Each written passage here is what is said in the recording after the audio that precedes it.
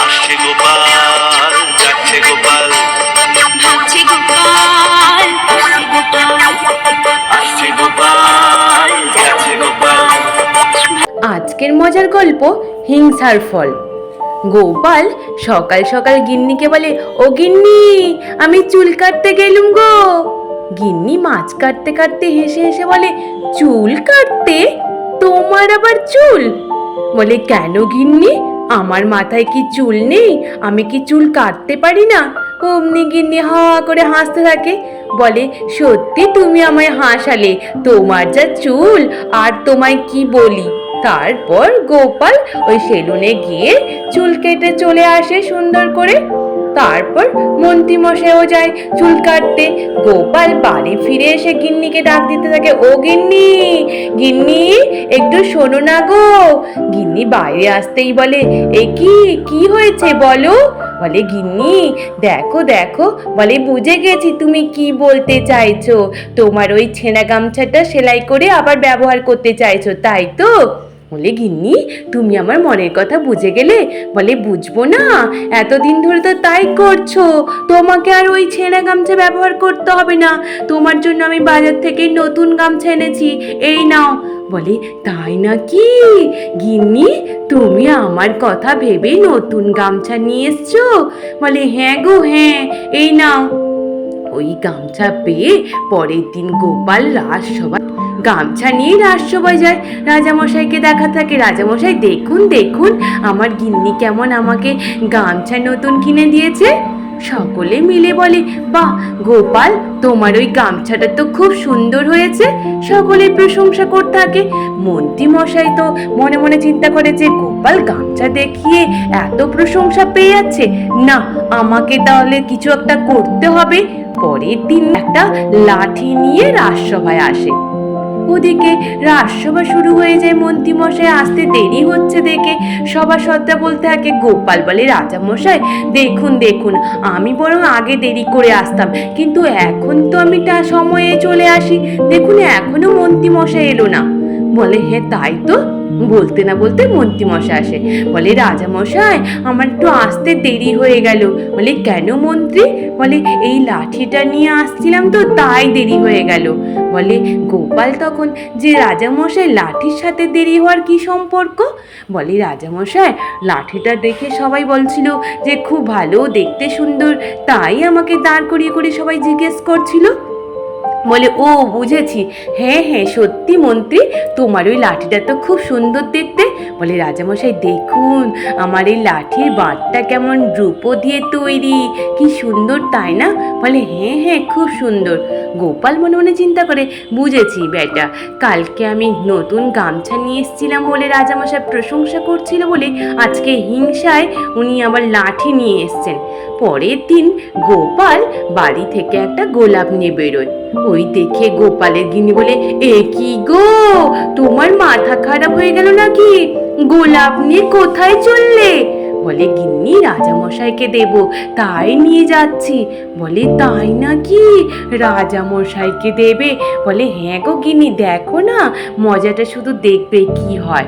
তারপর গোপাল পথ দিয়ে ওই গোলাপ নিয়ে হেঁটে চলে আর বলতে থাকে যে, মন্ত্রী মশাই আজকে দেখাচ্ছি মজা, মন্ত্রী মশাই আজকে কি করবে ওটাই দেখবো। অমনি বলে পথ দিয়ে হেঁটে চলে। মন্ত্রী মশাই বাড়ির সামনে যখন দেখতে পায় গোপাল হাতে গোলাপ নিয়ে যাচ্ছে, বলে, কি, আবার গোলাপ নিয়ে যাচ্ছে গোপাল? নিশ্চিত রাজামশাইয়ের কাছ থেকে প্রশংসা পাওয়ার জন্য। না, আমাকেও তো কিছু একটা করতে হবে। ওদিকে গোপাল গোলাপ নিয়ে গিয়ে রাজামশাইকে দেয়। রাজামশাই খুশি হয়ে গোলাপের গন্ধের সঙ্গে বলে, বাহ কি সুন্দর গোপাল, গোলাপের এই গন্ধটা, উফ, আমার মন প্রাণ জুড়িয়ে গেল। অমন সময় মন্ত্রী ওই গোলাপ ফুলের টব নিয়ে এসে বলে, রাজামশাই এই দেখুন, আমি আপনার জন্য গোলাপ ফুলের গাছ সমেত টব নিয়ে চলে এসেছি। অমনি গোপাল বলে, মন্ত্রী মশাই, গোলাপের গাছের থেকে তো গন্ধ আসে না, গোলাপের ফুল থেকে গন্ধ আসে। বলে, তুমি কি বেশি জানো? মন্ত্রী মশাই তখন বলে, রাজামশাই দেখুন দেখুন, কি সুন্দর এইরূপ গন্ধ বেরোবে। তারপরের দিন সকাল হতেই রাজামশাই বাগানের মধ্যে ঘোরাফেরা করছিল। গোপাল যেতেই রাজামশাই বলে, কি গোপাল, বুঝতে পারলে? বলে, হ্যাঁ রাজামশাই, আমার থেকে আপনি আরো ভালো বুঝতে পারছেন। বলে, দেখো মন্ত্রী কেমন তোমার সাথে হিংসে করে পরপর সমস্ত জিনিসপত্র নিয়ে এসে দেখাচ্ছে। বলে, রাজামশাই, তাই আমি পরিকল্পনা করেছি মন্ত্রীকে জব্দ করব, শুধু আপনাকে আমার কথায় হ্যাঁ বলতে হবে। বলে, কি এমন বলো গোপাল? বলে, রাজামশাই, আমি প্রথমে আপনাকে প্রাসাদ বানিয়ে দিতে বলবো, আপনি জানি আপনি রাজি হবেন না, আপনি না বলবেন, তারপর আমি বলবো আমি নবাবের কাছে যাব, আপনি শুধু অনুমতি দেবেন, তাতেই হয়ে যাবে। বলে, গোপাল, এটা তুমি পারবে? বলে, আপনি করে তো দেখুন রাজামশাই। পরের দিন রাজসভা শুরু হয়। গোপাল তখন রাজসভায় বসে বসে বলে, রাজামশাই, আপনাকে একটা কথা বলার ছিল। রাজামশাই বলে, কি বলো গোপাল? বলে, রাজামশাই, অনেক দিন ওই মাটির ঘরে থেকে থেকে আর ভালো লাগে না, তাই ভাবছি আমার একটা প্রাসাদ দরকার, আপনি আমার একটা প্রাসাদ বানিয়ে দেবেন রাজামশাই। রাজামশাই তখন বলে, না গোপাল, এটা কখনো সম্ভব নয়।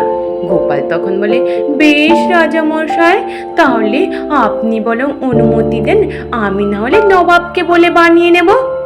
বলে, সেটা নয় তুমি করতে পারো, কিন্তু আমি তোমাকে প্রাসাদ বানিয়ে দেব না।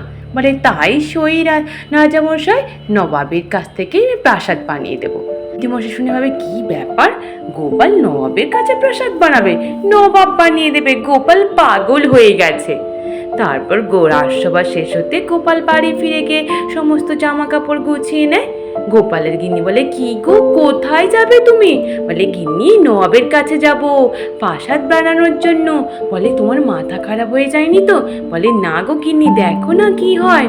এমনি বলে গোপাল গরুর গাড়ি করে সোজা মুর্শিদাবাদে পৌঁছে যায়, নবাবের সাথে কি দেখা করে। নবাব তখন বলে, কি ব্যাপার গোপাল, হঠাৎ করে তুমি আমার এখানে প্রাসাদে যে?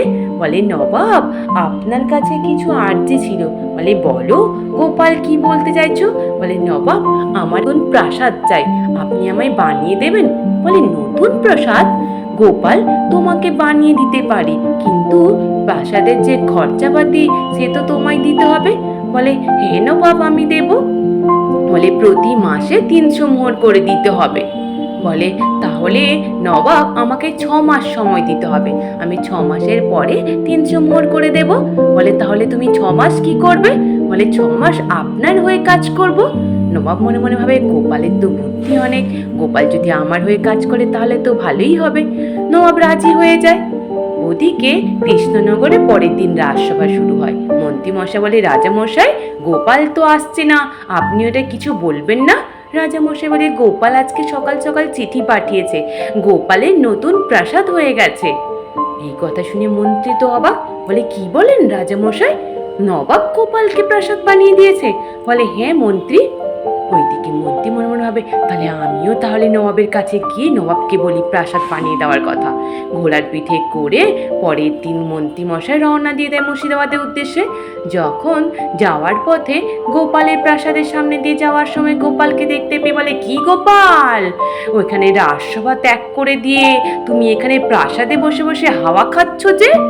বলে, হ্যাঁ মন্ত্রী মশাই, এখন আমি প্রাসাদে বসে বসে হাওয়া খাবো, আপনার মতো আমি এদিক ওদিক ঘুরে বেড়াতে পারবো না। বলে, বাড়ি তো বড় বড় গলায় কথা বলছো, তুমি দেখো আমিও কেমন প্রাসাদ বানাতে পারি। তারপর সোজা নবাবের কাছে গিয়ে বলে যে, নবাব, আমারও একটা প্রাসাদ চাই। নবাব বলে, এত বড় স্পর্ধা, তুমি আমার কাছে প্রাসাদ চাইছো, বেরো এখান থেকে, বেরো। অমনি মন্ত্রীমশাইকে দূর দূর করে তাড়িয়ে দেয়। মন্ত্রীমশাই বেচারা মাথা নিচু করে বেরিয়ে চলে আসে। ওদিকে গোপালের প্রাসাদের সামনে দিয়ে যাওয়ার সময় গোপাল বলে, কি মন্ত্রীমশাই, আপনাকে প্রাসাদ বানিয়ে দেয়নি নবাব? বলে, গোপাল, তুমি কি ভাবলে তুমি প্রাসাদে বসলে বলে তুমি বড় হয়ে গেলে? আমিও রাজ্যের মন্ত্রী। গোপাল বলে, মন্ত্রী মশাই, আপনার মতো আমার মনে হিংসা নেই, আমি আমার এই প্রাসাদটা আপনাকে দান করে দিতে পারি। বলে, তাই নাকি গোপাল? বলে, হ্যাঁ মন্ত্রী মশাই, আপনি দাঁড়ান, আমি এক্ষুনি কাগজপত্র নিয়ে যাচ্ছি। তারপরে গোপাল ওই কাগজপত্র সমস্ত কিছু নিয়ে গিয়ে বলে, মন্ত্রী মশাই, এই প্রাসাদের সমস্ত দায় দায়িত্ব আপনার, আর খরচাপাতিও আপনার। বলে, বেশ তাই হবে। গোপাল বলে তাহলে কৃষ্ণনগরে চলুন, রাজামশাইয়ের সামনে আপনি সই স্বাক্ষর করে দেবেন। তারপর রাজামশাইয়ের সামনে সই স্বাক্ষর করে দেয় মন্ত্রীমশাই। মন্ত্রীমশাই প্রাসাদ পেয়ে ওই প্রাসাদের বা ভেতরে ঢুকে গিয়ে নৃত্য করতে থাকে। কি মজা, কি মজা, এখন আমার এই প্রাসাদ আমার হয়ে গেছে, গোপালের কাছ থেকে প্রাসাদ আমি বিনে পয়সায় পেয়ে গেছি, কি মজা, কি মজা বলে নৃত্য করতে থাকে। তখন 5 জন প্রহরী মিলে প্রাসাদে প্রবেশ করে। মন্ত্রীমশাই বলে, এটা কি ব্যাপার হলো, আপনারা কারা, আর এই প্রাসাদে এবার ঢুকেছেন কেন?